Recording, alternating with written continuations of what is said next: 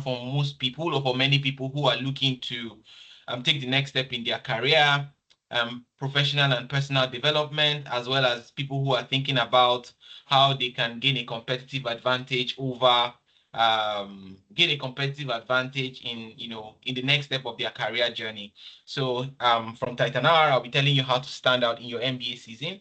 I am assuming that if you're on this call, you have or at some point thought about or thinking about getting an MBA degree, and this is an admit strategy session on how we are best positioned to help you actualize that dream. So who am I? Seems very bogus, but my name is Ola. Ola Oluwa, but Ola for short, and I am a consultant with EY Parthenon. I think that's all there is in this slide. So today, we'll talk through a couple of items, but first I'll tell you about Titan R and why we exist. Really what we do at Titan R is that we're focused on helping people and students and professionals achieve their career goals. Simple. You can read a lot of the text we have on the screen, but we have helped people over the past 5, 6, 7 years in terms of achieving the next step of their career goals. And we believe that by virtue of what we know, our knowledge of schools, our knowledge of the industry, especially the educational sector in the US, as well as several collaborations that we have with a multitude of schools, we believe that we're well positioned as your best partner in helping you actualize the next goals in terms of securing an MBA admission. And we generally believe that we're the best plug for you. As we go about this session today, if you have any questions, please feel free to put it in the chat box. We have individuals who will be answering those questions. But if you feel that those questions are best asked in person, we have a session towards the end of the call where you can come off mute and ask your questions. Here we see a couple of schools in which that we have helped our clients gain admission. This list is by no means exhaustive. It's way more than this, but again, if you're thinking about who can you partner with in helping you secure admission at like your dream school, these are some of the schools we have worked with. I'm not going to read through the list. You can see it on the screen, but from Ivy Leagues to non-Ivy Leagues, which may not really matter if you're in an MBA setting, although there are some differences. A few of our clients have gotten repeated admissions to each of these schools, and on the right hand side you see companies that our clients have gotten job offers from. For a select group of people, the goal of an MBA is not to get a return offer or to get a job. For, I would say, 90 to 95% of people, the goal of getting an MBA degree really is because they want to get a job afterwards in the US or Canada or the UK, but primarily the US is where we focus on. So again, on the right-hand side, companies that our clients have gotten jobs in, and on the left-hand side, companies, schools that our clients have attended, from Microsoft, Amazon, Apple, American Express, EY, Google, Meta, Bank of America, across several industries: banking, tech, consumer goods, telecoms, professional services, you name it. Again, this list is by no means exhaustive, but we just wanted to give you a picture on first schools that our clients have attended, as well as places that they currently work or have secured job employment offers post MBA. So exactly what do we do at Titan R? Our services have somebody not on yet. Our services have evolved over the years in catering to the needs of all of the clients that we have coached. One thing that we know at Titan R is that no two clients are the same. They might have exactly the same qualifications, the same educational background, the same personal circumstances, even in some instances, but coaching for two clients are rarely ever the same. So at Titan R, what we do is that we offer one-on-one coaching that is designed to meet our preferences. Now, on the previous slide, you saw a picture on some of the schools that our clients have attended, as well as some of the companies that they've gotten job offers in.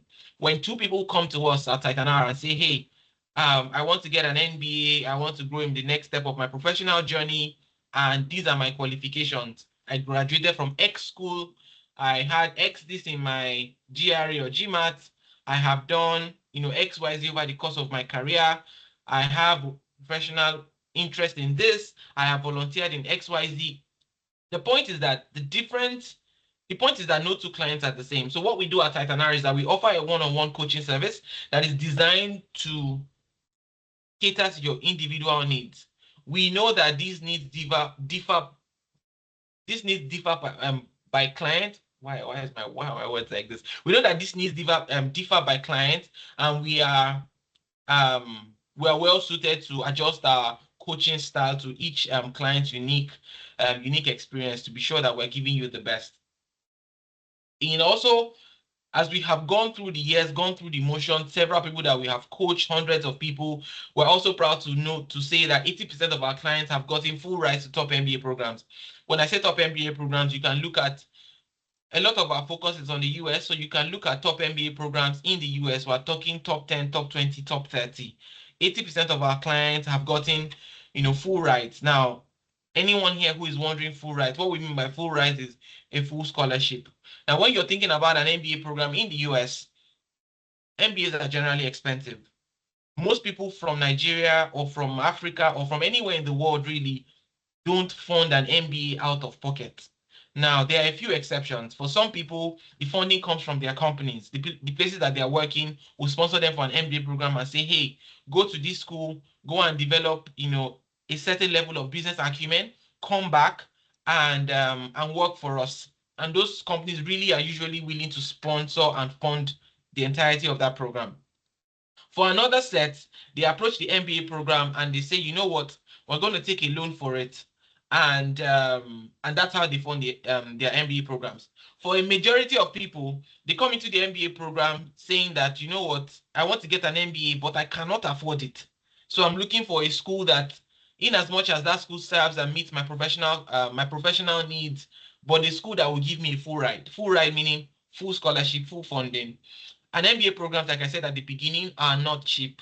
You're looking at programs that cost upwards of 80K, 100K, 200K, 250K. I'm talking US dollars. And somebody here is probably thinking, yeah, why would anybody fund me $100,000, $150,000, But again, it's important to know that a lot of these schools have the budget for it, but those budgets are not for everybody. So your application has to stand out for you to be able to, first of all, get an admission decision and then subsequently get a scholarship. One thing you need to note, and I will say this for everybody on this call, is that when you are applying to a certain school, it doesn't matter if you think that school is number 100 in the US. One thing you need to note is in this world, we have, I think, almost 200 plus countries, right? One thing you need to note is that every application that comes from any application that comes from you for a particular school, you are competing with people from all over the world. So your counterparts or the people you're competing with are not necessarily in Nigeria. You're competing with people in China, in the US itself, in France, in Australia, in India. Your competition is global. So to that point, that's why we're talking about your application needing to stand out. You cannot do a shoddy job. You can even on paper, have all the right qualifications, but if it's not put together well, if your story is not told in the right way, you might not get selected. And that's where our coaching comes in. And we're also telling you that even though we're saying that 180% of our clients got full rides in the last school cycle, 100% of our clients have gotten 50 to 100% scholarship. Basically, what we're telling you is that when you come on board with us, while scholarship decisions are not in our control, but we're going to craft your story in such a way that you will be getting at least 50 to 100% of funding in any of the schools that you apply to. And we're also saying that 70% of our clients got MBA internships interview before school starting this fall. What does that mean? So let me explain. When you come for an MBA program, most MBA programs are typically 2 years in the US. Now, some of them are 1 year, accelerated MBA programs, but some run for 2 years. The way the programs run is in year 1, you have 1 year of school, and then you have a summer break. That summer break is not for gallivanting or aloofing. That summer break is for working. So, and somebody might be wondering, working where? Like, I just got to this country, where am I working? You will be working, or you should be targeting to get a summer internship that where you can demonstrate some of the skills you have learned in your first year of MBA program, as well as in your professional journey before you came for the MBA. So here, when we say 70% of our clients got MBA internship interviews, we're saying that most people secure that internship that you do at the end of year one before they secure interviews before they even start the first day of class. So we're basically telling you that before you get to that summer break, you should have secured your internship along the course of that 1 year before the summer break. And this is what we do. This is what we coach. This is what we've seen over the past, couple of years in terms of what do you need to do from day one. If you get your MBA admission, let's assume we're in January and you are resuming school in August. If you get your MBA admission in January and you already know that this is the school I'm going to go to, what are the things I should be doing to prepare myself for resumption? Am I just going to resign and enjoy myself and go on vacation? Probably not. I mean, there's a place for that. But what are the things I should be doing? What company should I be applying to? Who should I be speaking to? What are the steps I should be taking to ensure that on day one, when I land in school, I am already light years ahead of my classmates. My resume is intact. My storytelling is intact. I've already started networking. I've already started listing the companies that I want to apply to. I've already started making steps. The goal of all of this, in one word, is just being proactive. And we are tailored to do all of those. We know the steps you should be taking, and to position yourself in the next, to give you a competitive advantage, really, over your classmates, over your peers. Again, like I said, the goal of all of this is to position you such that you have a competitive advantage and you are poised to take the steps that would take you far above your competitors or your competition, which in this case, before you get into the MBA program, is people from all over the world. And even when you get your MBA admission. So we go into a deep dive of MBA. What exactly is MBA? I'm not going to assume that everybody here, hold on. I'm not going to assume here that everybody, I know we have a multitude of people on this call.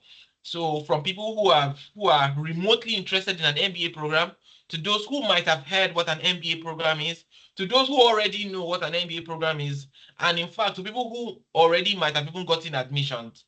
So basically, we start from MBA. What exactly is an MBA degree? So MBA degrees are one of the most popular grad school degrees in the world. What exactly are they? They are degrees that are designed to elevate your professional and career experience and give you an advantage, especially in North America, the United States specifically, on how you can get into the next rung on your career journey. That's basically what it is. During your MBA, you will take a multitude of courses. Now, if you have a bachelor's degree from a school anywhere in the world, and you have some years of professional experience, you are ideally suited to get an MBA degree. A lot of people, now there are some people who, an MBA differs from an MSc.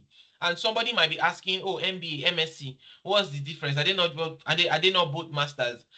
They are both masters, but they have slightly different focus. So an MBA degree isn't really a degree you get immediately after your bachelor's degree. A lot of people will get a bachelor's degree and immediately go and do like a master's degree, maybe a master's degree in accounting, a master's degree in IT, a master's degree in cybersecurity, whatever that is. An MBA is different.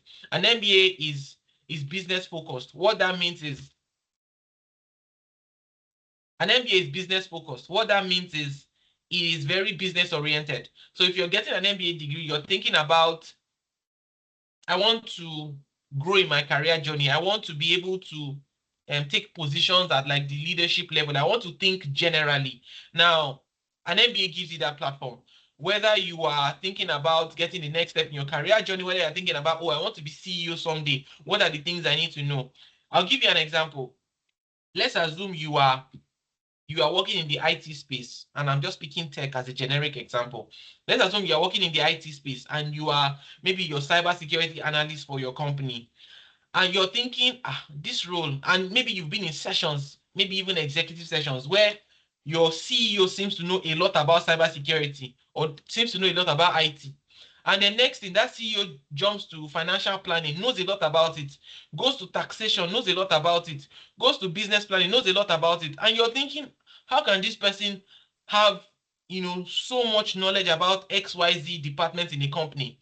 That's because they are operating at a high level where they have, broadly speaking, they can see everything in the company. So while you might have more in-depth knowledge on your own department, your CEO has seen, your CEO is operating on a bird's eye view. They have a business overview on how each of the functions in that company is contributing to the overall bottom line. And that's really what an MBA is designed to foster at the beginning, at least. You take courses in accounting, in supply chain, in business strategy, in marketing, in analytics. You take now, given the proliferation of AI. Now you take, now there are even courses in AI, finance, name it.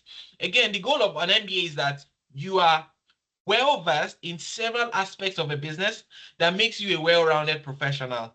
It's not designed to go into like the way you did your deep dive. If you did MSc accounting, for example, it's not designed to go into accounting and teach you everything in accounting. You take accounting courses, but it will be the same way you take accounting, the same way you take supply chain, finance, analytics, and artificial intelligence, you name it.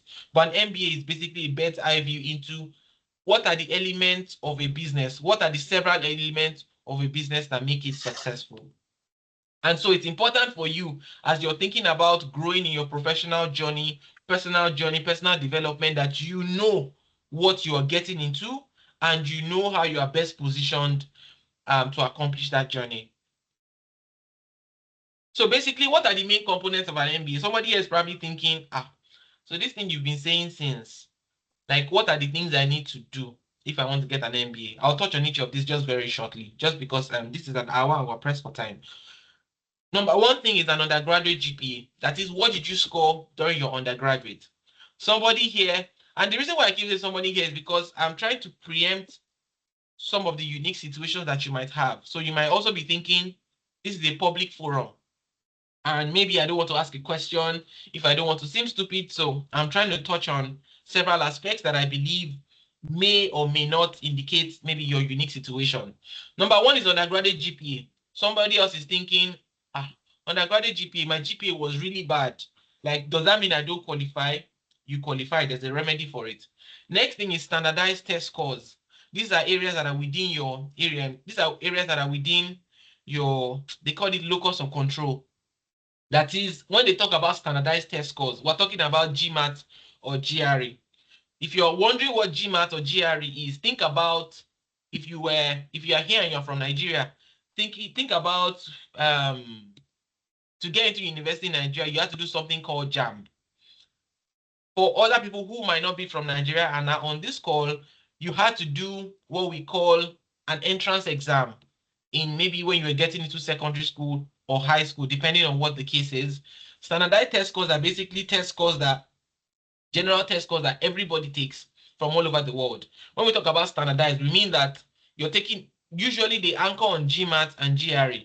That is, you're taking them in Nigeria, you're taking them from China, from India, from Malaysia, from Australia, from Pakistan, from Egypt, standardized test scores, and they are evaluated as part of your MBA application. A lot of those scores are hinged on qualitative and quantitative assessment. Quantitative meaning a lot of arithmetic and math. Qualitative means English, verbal reasoning, and all those fun stuff. Another element is work experience. Like I said in the previous slide, MBAs are anchored on how much work have you done, because they are designed, the learning environment for an MBA is such that you come into the class and you are contributing to conversations. You're not just coming and taking notes. You're coming in and you're talking about, the lecturer brings a topic. Let's assume the topic is sources of competitive advantage. And they are bringing in like a case study. In the past X number of years, Coca-Cola has done this. Why do we think Coca-Cola is at the top of the cola business over XYZ company? So then you talk about competitive advantage that you have seen even from your own organization that you think other companies are adopting. So that's where your years of work experience is. And the reason, and while there are people who might have gotten MBA admissions without any work experience, I would say that they are very few and far in between. Most schools will not take you, and you can quote me. Most schools will not take you if you don't have years of work experience, because then you're unable to contribute to class discussions, which is really the goal. Learning in an environment where everybody is contributing to make it better. Your resume, there's a structure to which your resume should be. I won't dwell too much on that. Type of work experience. So what kind of work experience do you have? Where have you worked? Maybe some people have worked in one industry for the past 6 years. Some people have worked in IT, professional services, business, entrepreneurship even. Then recommendation letters. Who are the people that yes, who are the people, recommendation letters, who are the people that the recommendation letters are an anchor as part of what your MBA application would be. So if you've worked X number of years in a particular industry, who are those that can speak to your abilities? Who are those that can say, oh, I know XYZ, I know Adamu, I know Mohammed, I know Evie, I know Eve, I know, Mary, I know whoever. Like, who are those that can speak to your competencies? They're very important in the MBA journey. There are also essays. Essays meaning that you'll be given standardized questions that you are expected to provide responses to. The goal of all of that is to gauge your motivation. Why do you want to join our program? What exactly is driving you? How do we know you're the best candidate? And the next step usually is, I'll get to the question. I'll get to a question. I'll get to a Q&A point question. And the next rung is admission interviews. If you're on this call and you've applied for an MSc program, a lot of the times you don't do interviews. You apply, you write an essay, and usually you get admission interviews. Whether not interviews, you get an admission decision. MBAs are different. They would interview you. Like, you apply to X school. So let me pick an example. Let's assume you apply to Harvard and they liked your application. The next step is not to just give you an offer and say, oh, we liked your application and we want you to resume at our school. No, they're going to interview you, because the interview is to now weed out, we've seen this person, what this person has written on paper. Let's talk to them. Do we like their energy? Do we like their vibe? Do we like how they are able to articulate their story? Is the person we are seeing on paper the same as the person we are talking to? And that's where you need to stand out, because an admission interview is one leg through the door. So there is where you need to come out all guns blazing and ensuring that you're able to make that next step. Volunteer experience and passion. Again, an MBA is not just about work experience. Where have you volunteered? What are the things you've been doing? Have you been an active volunteer in your community? It would interest you to note that some of the things that we very readily dismiss are things that might even make your application stand out. So somebody might say, in my community, I volunteer in church, I teach in Sunday school, or I volunteer in my mosque, I help in XYZ, I teach Arabic, I teach this.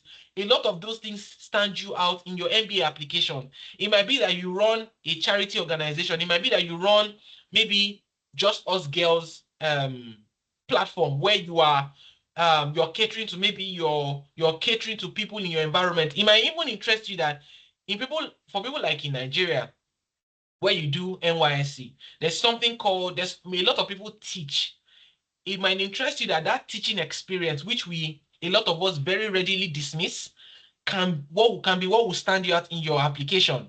Because teaching is seen as a community service. You are impacting knowledge into lives of people who are upcoming. So those are examples and you can tailor your story to say, oh, I taught in a school for 1 year.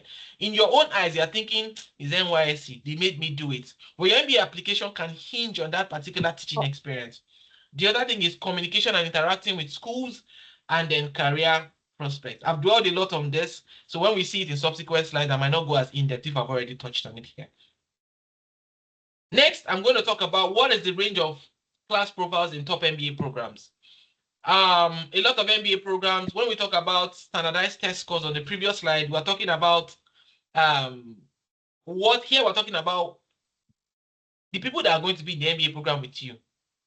what kind of, or the MBA programs you are looking at going, top programs, what are the things that stand out for them? We're seeing that averagely you are seeing test scores that are 680, GMAT score that are 317. Does this mean that if you get below these scores, you're not going to get in? The answer is no.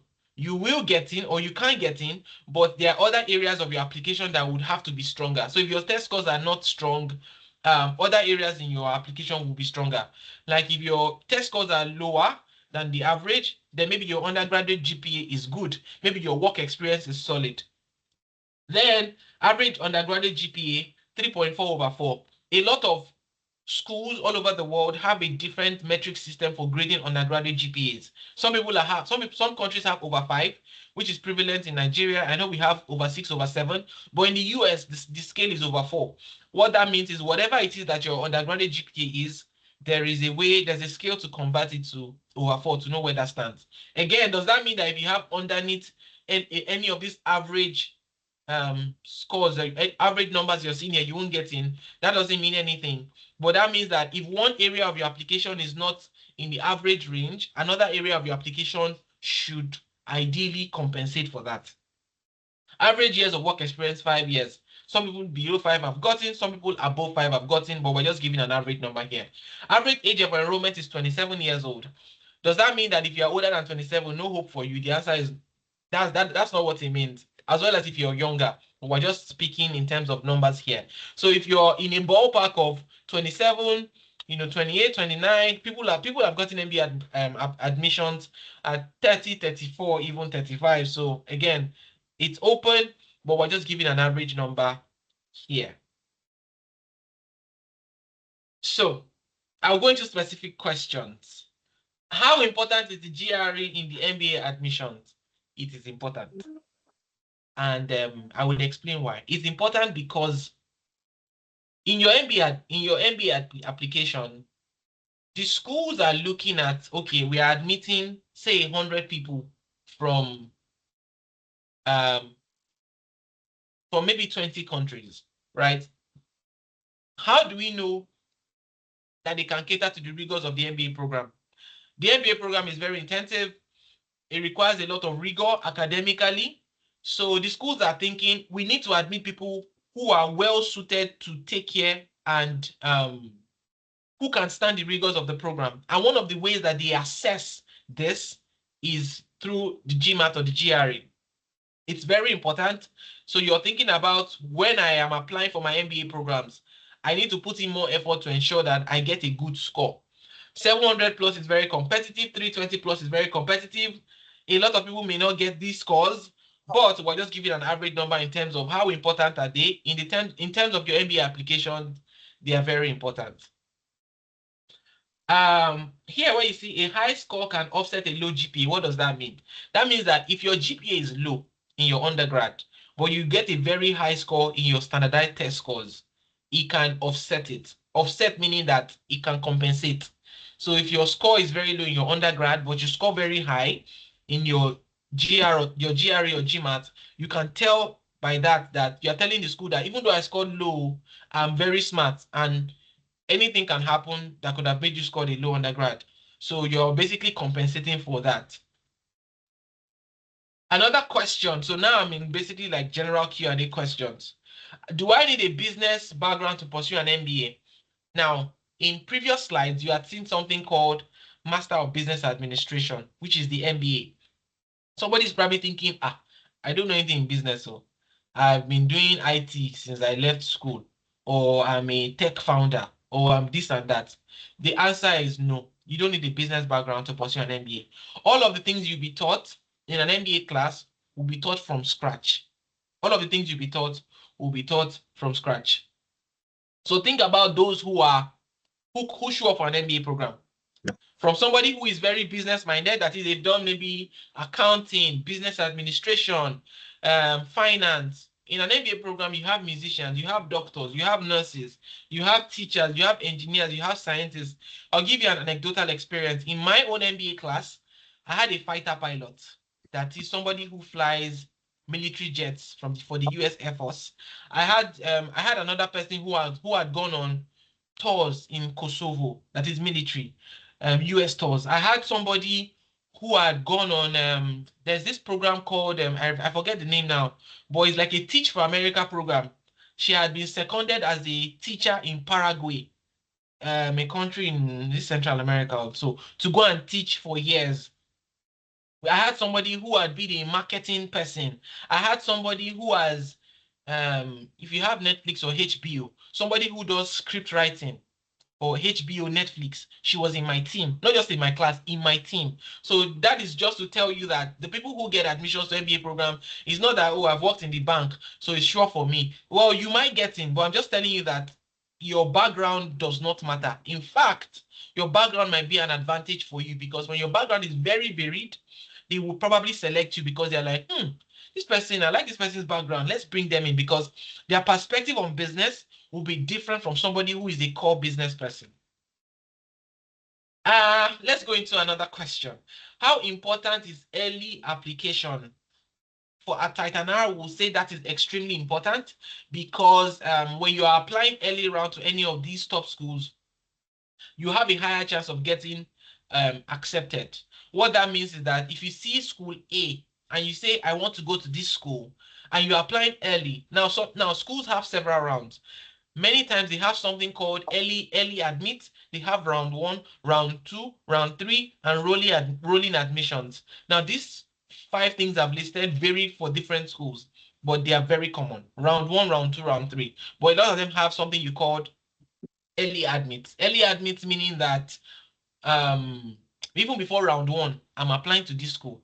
That indicates that, oh, I want to come to this school. And many times, if your application is even good enough, you would usually get selected for an interview at the early admit. So basically, when you apply early, you have a higher chance of acceptance because the school is just building their class size. You also have a higher chance of better financial aid and scholarship opportunities. That is, they are just now apportioning funding to people. So if you're applying early, you have a higher chance of getting, more funds apportioned to you. The later you apply, the funds are more constrained and the budgets are getting tighter. So more time for preparation, meaning that you have more time to prepare for any of the schools that you have selected. Also, early decision and reduce stress. What that means is, if you know that I'm applying to Harvard, I keep using Harvard because it's a very popular, top school. If you say that I want to apply to Harvard in round 1, and this is 2026, let's assume you apply in, I don't know, I think Harvard round 1 is it August or September? Let's assume you apply in September for class of 2026. You apply in 2025. And then by November, you already have a decision. Harvard has offered you admission. You basically have the next 6 to 7 months to plan resignation from your company. What are the things I need to do? If I need to take a break from work, you have time to plan several things months ahead. So that's how we talk about early decisions. The next thing we talk about is networking opportunities. That is, you have time again. This is all part of early admission. You have time to focus on other aspects of resumption beyond application. So basically, all of this is to say early applications are always better. How can I stand out? I think this is where a lot of our unique selling point comes in. We help you craft stories that would reflect your unique work experience and how best you can tailor those stories to each specific school. In terms of startups, if you've been running a startup, global exposure, you've been getting promoted, we know how to get it done. Strong essays and recommendation. That is, how can you write your essay in a way that it shows your impact in the team and in the organization you work, not just title. Anybody can come with a title. Oh, I was senior manager of XYZ, but your stories don't show that impact. So that's what we do. Extracurriculars with leadership. Again, I talked about this earlier. Where have you shown leadership with extracurricular activities? In your community, or even on your streets, in your school, in your church, in your mosque, in whatever venture it is you're doing. And also clear career vision. Why are you doing an MBA? What is your goal from it? What do you expect to get out of it? How does the MBA help you to actualize your goals post MBA? Those are the things that can help you stand out. What are the common mistakes to avoid in MBA applications? generic essays. That is what some people do is that they just pick one essay and they just do copy and paste for MBA applications. Now, somebody is thinking, that's what I did now for my MSc and I got admitted to 5 schools. Now, it can work for your MSc, it won't work for your MBA because each school has a unique selling point. Each school has a unique service. Each school has something unique to them that another school does not offer.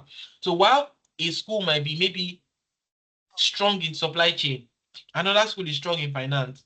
So when you pick a generic letter and just do copy and paste and change the name of the schools, many times those schools will know. So that's a mistake that people make. Another thing is weak recommendation. What does that mean? You don't go to the person, you're not going to the person who can give you a very strong recommendation letter. You are going to somebody who barely knows you, maybe has a big, so I'll tell you a mistake people make.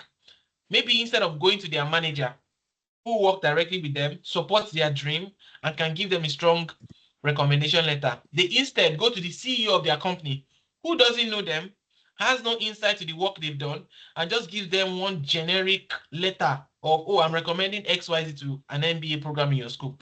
That letter is not going to fly. In fact, it's going to be, in fact, in that case, where the letter was meant to be an advantage, it becomes a disadvantage to you. So weak recommendation letters doesn't work. Procrastinating, that is, they're like, oh, I want to apply in round 1, but oh, let me do round 2.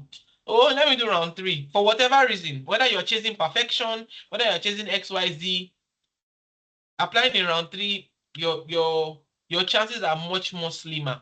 Are we saying that there are people who have applied in round 3 and haven't gotten funding or scholarship? Oh no, people have gotten full funding and admissions in round 3, but your chances are way slimmer. The competition is higher. I'll give you an example. For people who apply to like maybe top 10 schools, for example, and they don't get admitted, their next bout of application might now be to apply to the next 10 schools, which might be what you are now planning to apply first to. And those people's profile might be strong such that they will displace even you. So think about that. The fourth point here is ignoring the interview. What that means, people will say, is it not an interview? I'll freestyle it, I'll wing it. You cannot wing it. No matter, you realize very quickly that your ability to tell stories is the anchor on which your success in an MBA program will depend on. So you cannot wing it. Winging means that I won't prepare, Joe. I'll just show up, and I've been winging several things in my life. I'll just show up and take an MBA application and take the interview and just blab my way through. You very quickly be found out. Yes, you will. So that point is speaking to, you need to prepare. You need to prepare like your life depends on it. Another question is, can I get into an MBA program with a low GPA or test scores? The answer is yes, but I talked about this earlier, so I won't dwell too much on it. If you had a low GPA or low test score, you can compensate with a higher GRE score, strong work experience. If you have additional certification, CFA, PM, PMP, ICANN, ACCA, a lot of all those other strong degrees, not just any random qualification. Those things help. There's also optional essays, explain your circumstances on why you had a low CGPA or a low test score. I've been talking for a couple of minutes, and I know I've been seeing a lot of people ask questions in the chat. So this is an opportunity for, if you had a question and you wanted to come off mute, okay, just give me a checkout on time, please. Q&A session. So if you have questions, please put them in the chat box, and we would answer your questions to the best of our abilities. I know some of you have been putting those questions in the chat box, but please put it in now it's like a designated time for questions as I go into like the next sessions before we wrap up. But if you have questions, please put them in the chat box. So why should you choose us? I feel like I dwelled on a lot of this at the beginning. One is expert guidance. Expert guidance meaning we been there, done that. We know what to do. We know what you should be looking out for. We can basically take your hand and handhold you on what you need to do, given your unique situation. Personalized strategy, I talked about this at the beginning. No two people are the same. You can have the same, you may have been born in the same home, same work experience, but no two people are the same. You are different in your approach to life. You're different in your interest. You're different in school choices. You're different in personal preferences. So we optimize for that. Application optimization, that is, what should you be looking out for? What is your unique selling point? What are the things you should be doing? Strengthen your profile. You might be looking at your profile and you're thinking, this my profile is not giving. It's not checking any box. What are the things I need to do? We can evaluate your profile and tell you what you need to do and the things that we can help you ensure that you have a strong enough profile to apply. Essay and resume coaching. Your resume cannot afford to be anyhow. You can't just show up and bring and do a shoddy job. What are the things you should be writing in your essay? What are the things that should go into your resume? You have worked for 5 years, but your resume is 5 pages. How now? Like, please, what are you writing? Interview prep. That is, like I said, when you get an interview prep from a school, an MBA school, you already have one leg through the door. We coach you on how you want to approach that interview and how you want to nail it and ensure that once you have one leg through the door, that admission slot is yours. And finally, we provide you access to resources. Somebody is thinking, what are the things I need to do? I don't know where to start. That's where we come in. The next thing is the Titanar Admit MBA Bootcamp. I think this is where I'll be passing it up to my colleague Goke to take us through the concluding part of this conversation. I know I've said a lot in the past 45 minutes or so. Please reach out to us, book a session. Let us help you on your next career journey. So Goke, over to you. Thank you. Okay, thank you, Ola. Thank you, everyone, for joining the section. We are really glad to have you here. Please, if you have any questions, you can raise up your hand. We'll call you to ask your questions. And if you feel like dropping your question in the comment section, please do that as well. So I'll be talking briefly about the Admit MBA Bootcamp because I see that someone asked a question via the chat asking about the services. If everything that was stated is included in what you get if you use our service. So we do two major services for the admission coaching for prospective MBA candidates. And one of them is one-on-one complete coaching, which is where you tend to meet with a consultant. So I'm trying to share more clarity on that. You need to meet with a consultant and you schedule a time for your call and they take you through all the process. Why this Admit MBA Bootcamp is the other service we render and is a 5-week bootcamp, 2 hours every week, once a week. One either Saturday or Sunday is when the Admit MBA Bootcamp holds. And we take you through every strategy that you need to get yourself into the MBA program, starting from your personalized strategy, moving to how you write a good recommendation letter, how to get a good recommendation letter. We teach you how to have an explicit, a unique CV. We teach you how to write a good CV. Like Ola said, if you have less than 10 years of work experience, we don't know why you have a 2-page CV. And the good news about this resume part is the resume a lot of our clients get to write during these sections are what most of them use when they are applying to get their internship in early rounds, right? So resume, you'll be taught how to write a good resume. Then we teach you how to network during this program. But please note that this Admit MBA Bootcamp is a group section. You will tend to meet other people who are also, prospective MBA candidates. So it's a very good program. And another good news about this MBA Bootcamp is we started it last year. And we did 3 sections last year. Yeah, we did cohort 1, A, B, and C. And that was our first time of doing the Admit MBA Bootcamp so that we can reach more people. And one thing I discovered during the Admit MBA bootcamp is because the Admit MBA bootcamp comprises every of the application strategy, excluding the interview prep and essay review, because those ones are not attached to the Admit MBA bootcamp. So ideally, if you do the MBA bootcamp, there are some things that I know. If you follow through and through on everything that you're being given, because there are tasks, you will get assignments, you get tasks that you need to get done every We're not week, wearing it. right?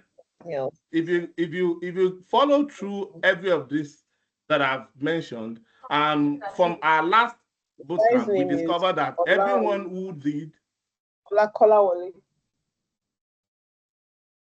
we discovered that everyone who attended the bootcamp and submitted an application got an interview invite, admission interview invite.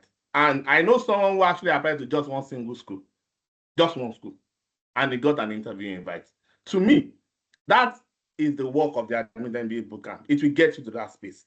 It's not left for you to decide if you want additional services. Most of our clients also decided to add individual services to the Admit MBA bootcamp. So, for example, after you're done with the Admit MBA bootcamp, you feel like you still need I want to put more work into I don't think my essay is good enough. Then you can put additional services with the Admit MBA bootcamp, whereby we help you edit. We help you review your essays. We brainstorm your essays with you. We get you on how to, write a very good essay. When you can, whereby you're doing your interview also, you get an interview prep section with a consultant.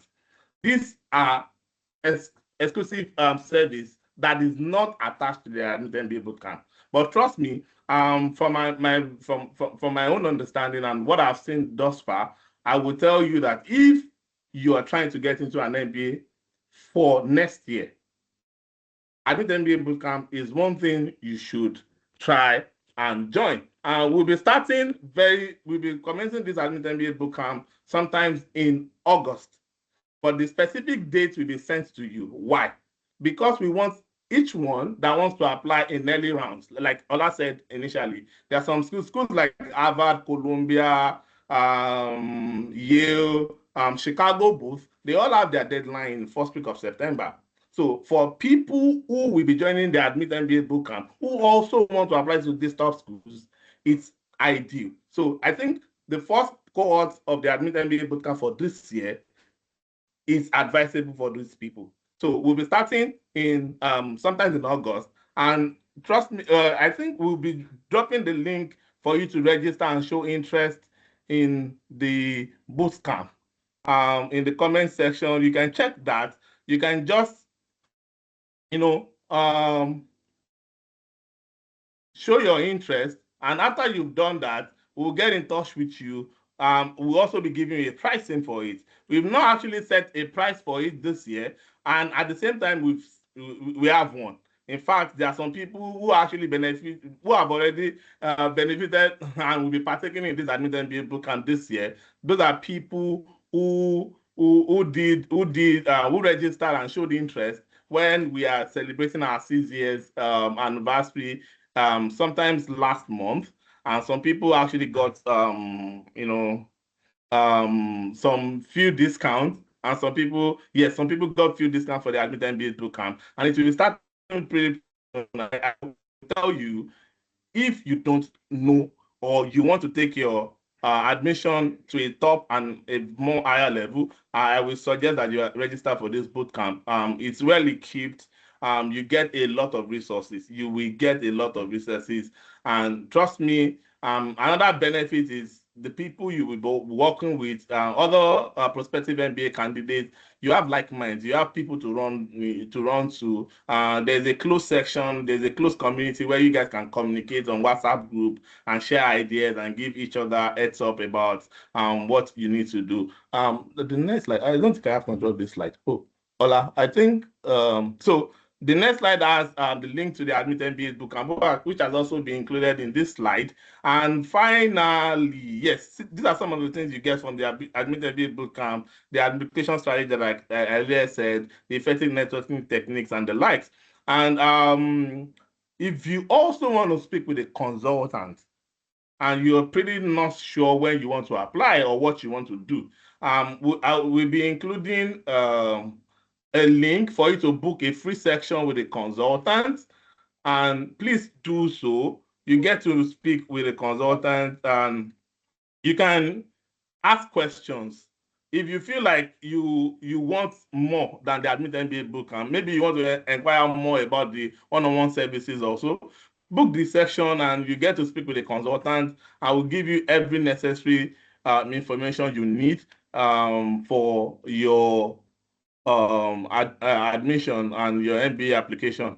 So I don't know if you still have questions because I see that there are questions in the chat box. But if you feel like you want to ask questions, please come off mute, raise up your hand, and we'll call you to ask questions.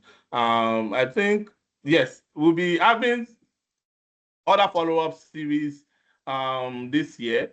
You will definitely get an email from us as well, telling you about the next coming sections.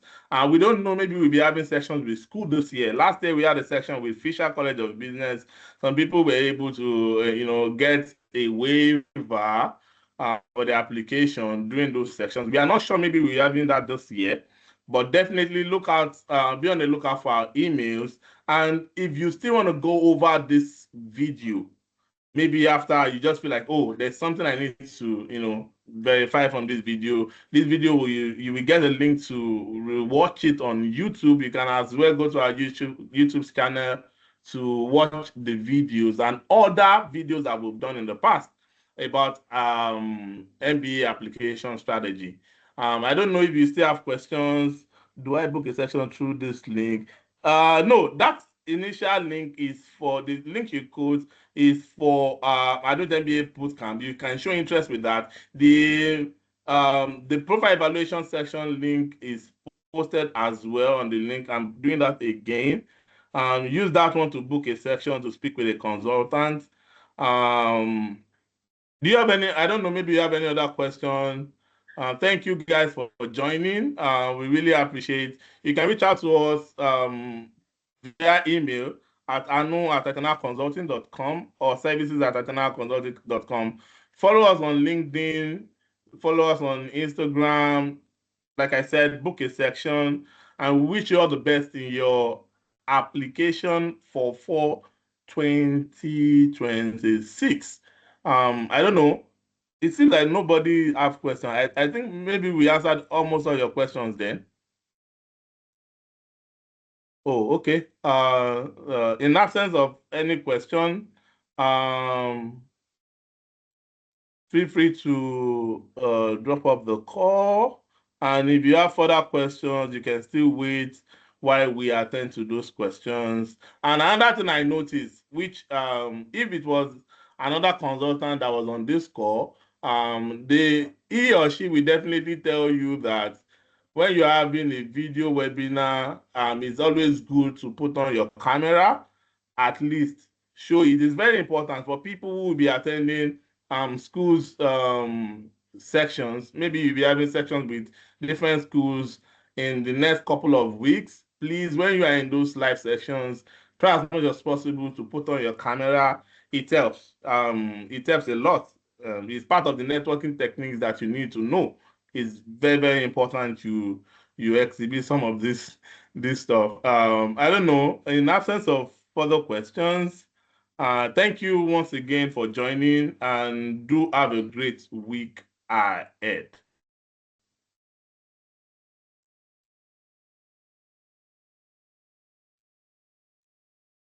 I'll be stopping the recording now.